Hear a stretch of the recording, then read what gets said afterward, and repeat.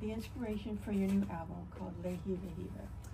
Yeah, so the album, a lot of the album came to be when, a lot of the mele came to be during the pandemic, when I found myself missing Hawaii.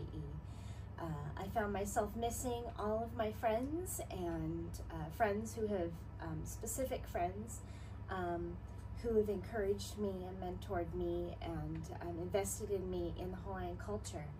And by God's grace, He just kept giving me just words and music, and COVID was hard for all of us, I know, but by God's grace, it was a great opportunity to write mele and to focus on a blessing that could come out of it. And that was what I believed was a way that God allowed me to be able to spend some creative time writing mele for these people. Well, it is a beautiful album, and you've written 17 songs. Yeah. On here.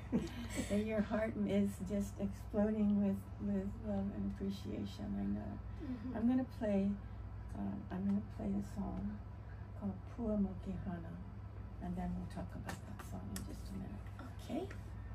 We'll be right back. So I'm gonna play this song. Thank you so much. Yeah, I have to admit, when I was recording it and singing it, I almost couldn't get through it because I thought about you.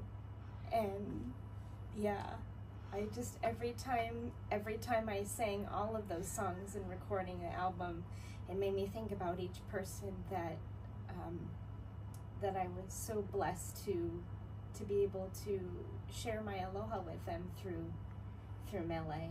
So well, I thank you so blessing. much for writing this song for me. It's such a beautiful, beautiful song.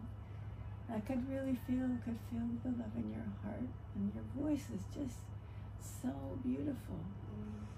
Thank you.